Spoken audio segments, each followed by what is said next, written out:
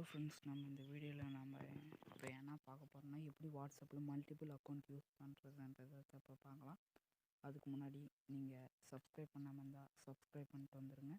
வாங்க இப்போ வீடியோக்குள்ளே போகலாம். முதல் செட்டிங்குள்ளே போயிருங்க. செட்டிங்குள்ளே போயிட்டு சர்ச் பாரில் க்ளோன் அப்படி சர்ச் பண்ணிங்கன்னா க்ளோன்னு சர்ச் பண்ணுங்கள்.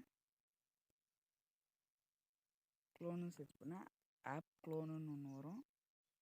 அதில் போயிட்டு வாட்ஸ்அப்னு இருக்கும், அதுக்குள்ளே போயிடுங்க.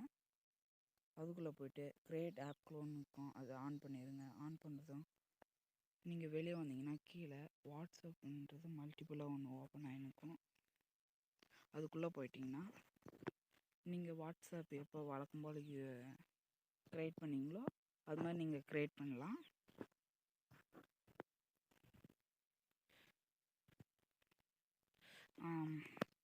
இன்னொரு ட்ரிக் இருக்குது. இது சில பேருக்கு ஒர்க் ஆகாது. அது நம்ம எப்படின்றத தான் இப்போ நம்ம பார்க்கலாம்.